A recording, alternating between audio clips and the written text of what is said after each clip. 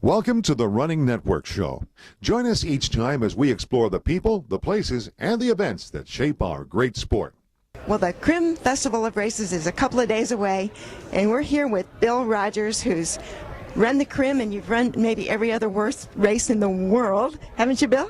I have run probably 1,000 road races, and Bobby Crim also has run about that many. A lot of us veterans who've been running about 40 years hit about 1,000 races. There are people who've done more, but both of us were here in 1977 in Flint, Michigan for the birth of this fantastic road race, now called the Crim Festival of Races, because there's many different distances, and that's such an important move because 10 miles is a long ways to go. And for an older runner or a beginning runner, so you want the different shorter distances as well. And I love also that they have the kids events for, you know, the mile run and all that. And for beginning runners too, that's the distance I started at. Yeah, there's something for everybody here, and I think the Teddy Bear Trot might be the cutest race in the world. Yeah, and it's for Special Olympics. I used to be a special ed teacher years ago, and you know, and I do want to salute Lois Craig because I knew her from the beginning here in Flint, and for so many years she worked so hard to put Flint on the road racing North America, even global map, you know, as a major event, you know, and here we're all today, we're all lucky to be here, but I think tremendous efforts by everyone in the Flint community to make this one of the top races in North America.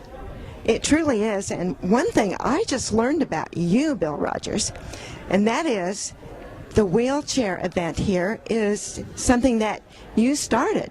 You basically made a deal with Lois Craig and said, I'll come if you have a wheelchair event, and I didn't know that. Congratulations. Well, I think I was lucky in a certain sense. I won the Boston Marathon in 1975, and in that race was the first wheelchair racer also in the Boston Marathon, Bobby Hall.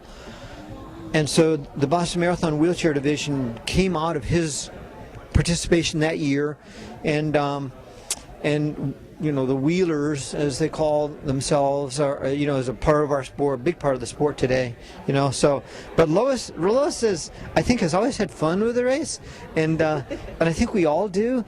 It doesn't matter, you know, except when you're out there running it, and then it's kind of tricky, you know. But it's fun because some people compete, others want to run for their health. Everyone has a different feeling about running, but we all love the sport, and we all love the Crim races, you know, the Festival of Races. And, well, the Crim has become an international event with international superstars showing up. In addition to you're an international superstar. And you've run races all over the world. And I know that you've run a couple in Canada. And the Montreal Marathon is celebrating its 20th this year. And I know you've done that yourself once or twice. Yes. Yeah, I didn't win Montreal. I competed at the Montreal Marathon in 1979, ran the Olympics representing the U.S. in 76. I've won a marathon on 5 continents. And oh, wow. Yes, I'm very, very pleased to have been able to do that and represent the U.S., you know, internationally. I think that's a big part of our sport that I don't think our sport gets enough credit for as an Olympic sport.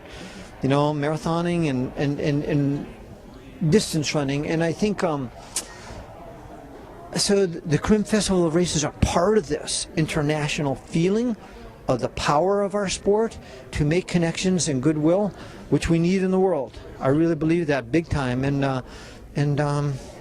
so I've been very lucky as a runner, and you know, I want to thank Bobby and Lois for inviting me here back in the early days, you know, and to come back again today, you know, with Deb Kurtzner and the Crim Foundation, you know, reaching out to people. Because our sport has so much potential, and I still believe this race and this sport is going to keep growing.